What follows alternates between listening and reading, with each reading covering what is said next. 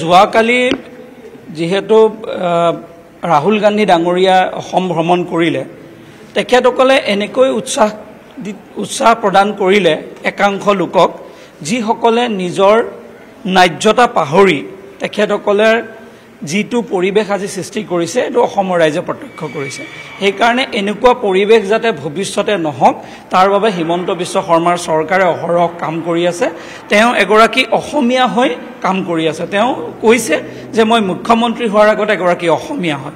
এইকাৰণে এগৰাকী অসমীয়াৰ যি সেন্টিমেন্ট যিটো আবেগ অনুভূতিক আগত ৰাখি ডক্টৰ হিমন্ত বিশ্ব শৰ্মাই কাম কৰি আছে আৰু তেখেতসকলে প্ৰয়াস কৰিব হিমন্ত বিশ্ব শৰ্মাক ডিমৰালাইজ কৰিবলৈ, আমাক ডিমৰালাইজ কৰিবলৈ, ল এণ্ড অৰ্ডাৰ সিচুৱেশ্যন ক্ৰিয়েট কৰিবৰ কাৰণে।